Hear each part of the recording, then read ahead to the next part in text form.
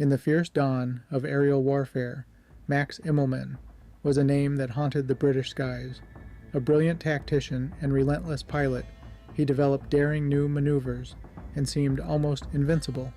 With nearly 50 Allied planes to his name, he became a living legend, a menace the British could no longer ignore. This is the story of the men who dared to set a trap, luring him into a final, deadly confrontation. What follows is an account of courage, loss, and the relentless drive to bring down one of history's most formidable flying aces. How he shot down Immelmann, by Captain Jack C. Bursey, RAF.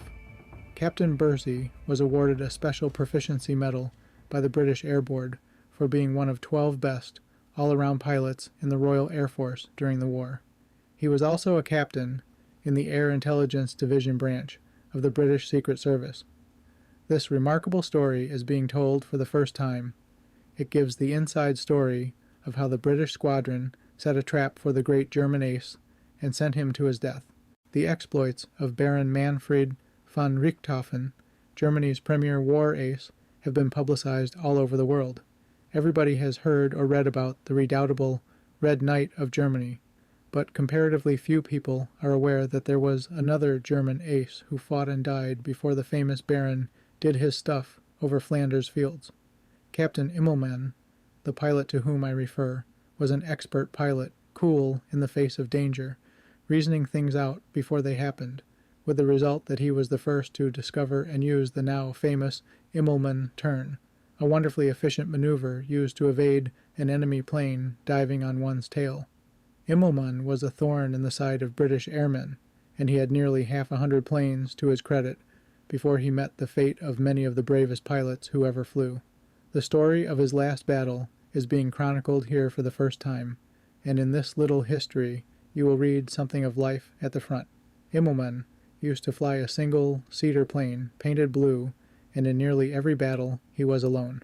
Before going into the details of his last fight, I would like to point out the fact that at the time of these events, 1917, the Royal Flying Corps were practically licked to a standstill because of the superiority of the enemy planes, where the ships that we used to chase all over the sky were capable of a top speed of 95 miles an hour. The enemy in Fokker D-7s could make us like it because they could crash through the air at something like 125 to 130 miles an hour. Ask any wartime pilot just how much of an advantage 30 miles an hour is in extra speed. Now, Immelmann wasn't exactly satisfied with this advantage in speed. The matchless courage of some of the British pilots tended to balance things up. So he evolved the idea of adding the element of surprise to his attacks. Here's how he did that.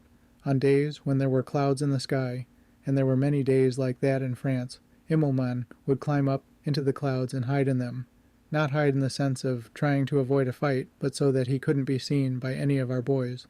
Occasionally he would drop down out of his hiding place to see what he could see, and sooner or later he would pop out just in time to see an antiquated plane flying along perhaps 1,000 feet below him. That's when the action started, nearly always resulting in the complete extinction of the lower ship. A few short, sharp, well-directed bursts of machine gun fire would be directed at the all-unsuspecting pilot, and almost immediately he would start that long dive earthward, with the plane completely smothered in black smoke and lurid flames. After a victory such as this, Immelmann would climb back into the clouds again, there to await another opportunity to add to his ever-mounting list of crashed planes. It was my pleasure to be a member of the famous 29th Squadron, Royal Flying Corps at this time, the squadron that in August 1918 made a record never equaled on any front, destroying 55 enemy planes and 17 enemy observation balloons in 1 month of hard fighting without losing a pilot, either killed or wounded. And in those days, it was necessary for us to go anywhere from 10 to 30 miles on the enemy side of the lines to get into any scraps. Yet 50% of the casualties in my squadron were caused by Captain Immelmann, so you can see that we did not harbor any very pleasant thoughts in our hearts about this opponent. One night while we were at dinner, the conversation turned to the events of the day. It had been a very disastrous day for us. 3 of our best boys had taken that long plunge into eternity, their planes wreathed in smoke and flames, and 2 of them had been sent there by Immelmann. The 3 vacant places at the dinner table were mute testimony to the excellence of the enemy's shooting, and immediately after we had drunk a toast to the memory of our dead buddies, we set about formulating plans whereby we could rid the skies forever of this powerful menace. Many and varied were the plans submitted. One pilot offered, in all seriousness, to fly his plane deliberately into the plane flown by Immelmann, colliding with him at full speed to ensure his death. But of course that plan was discarded immediately. Finally, a scheme was suggested that sounded good. We planned that one plane would go into the air and fly about below the clouds, the pilot to be flying in such a manner as to convey the impression to Immelmann that he was a new pilot, to war flying. The plane he was to fly would be of an obsolete type, but strengthened in every manner possible, and with a brand new motor installed.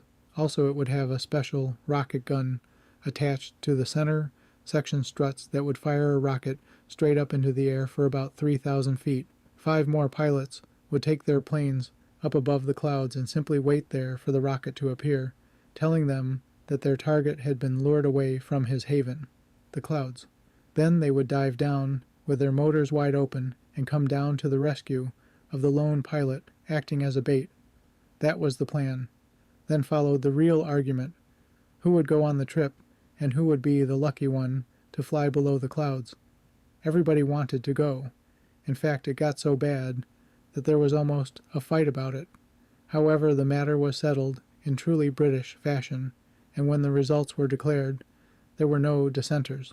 There were 15 active pilots in the squadron, and we simply divided up into 5 groups of 3 men, or rather boys, for that's all most of us were, and we all started with an equal amount of money and played cold hands of poker for exactly 1 hour.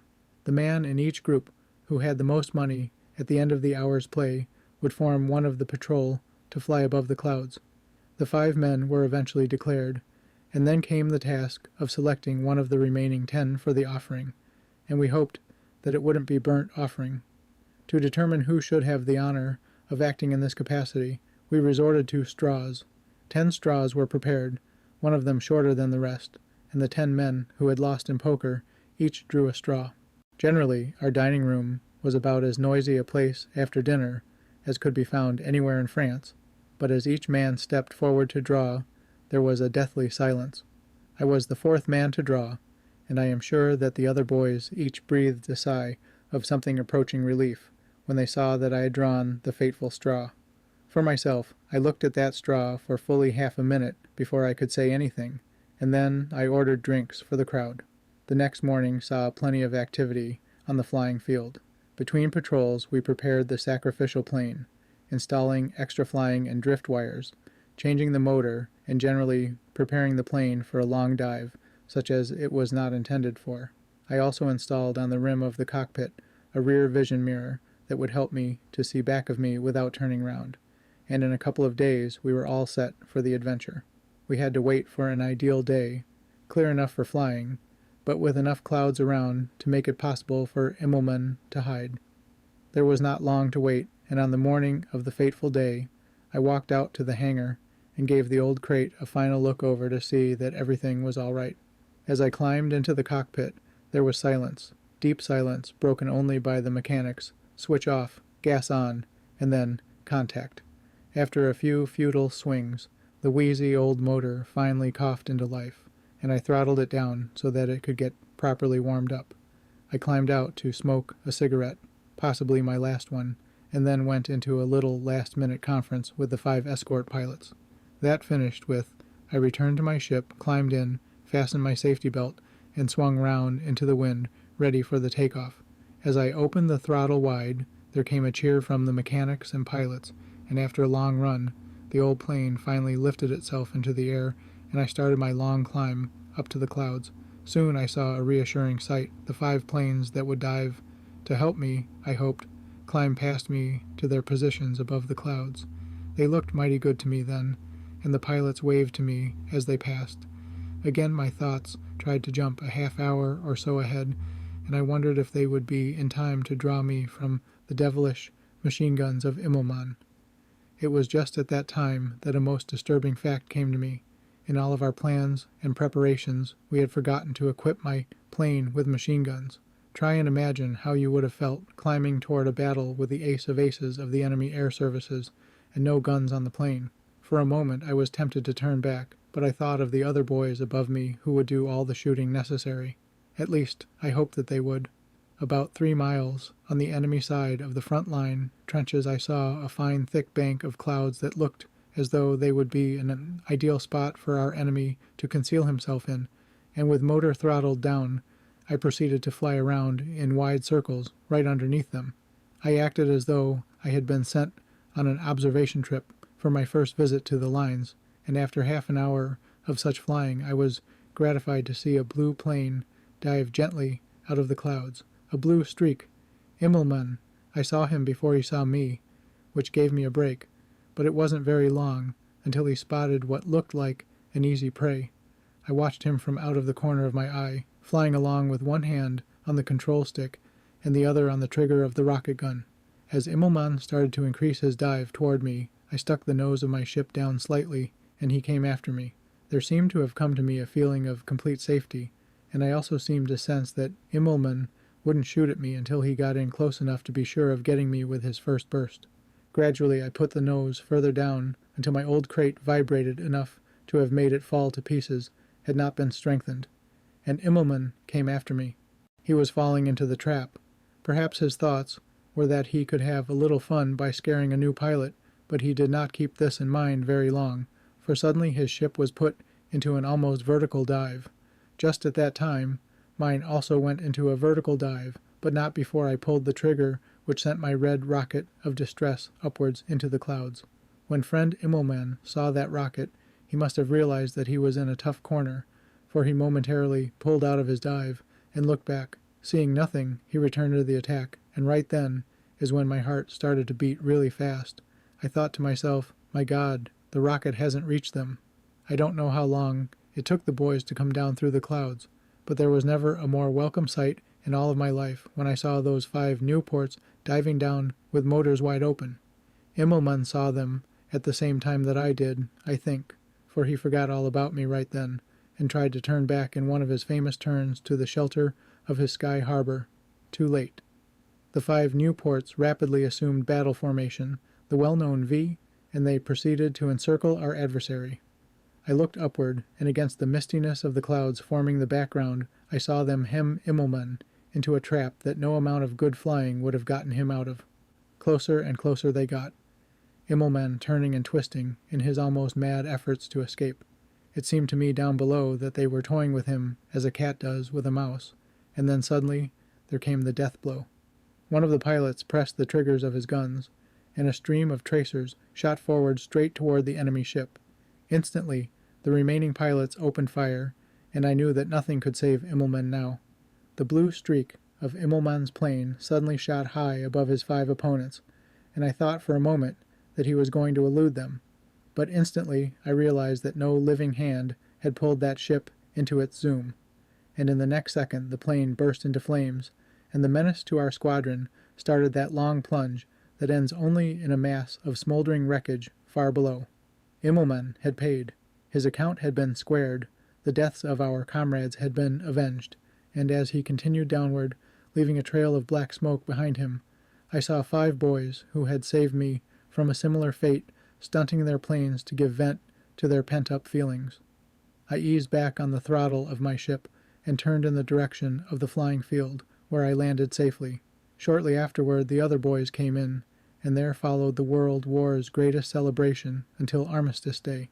During dinner a toast was drunk to our dead foe's memory, and the next day a wreath was dropped over on the enemy side of the lines, our tribute to a fallen fighter. And then, well, back to the everyday events of flying and helping to win the war. In the end, it took more than bravery to defeat Max Immelmann. It took strategy, sacrifice, and an unbreakable bond among comrades willing to do whatever it took to end his reign. With Immelmann's final fall, the skies over France became just a little safer, and a chapter of wartime aviation history closed. But his legacy and the bravery of those who faced him live on.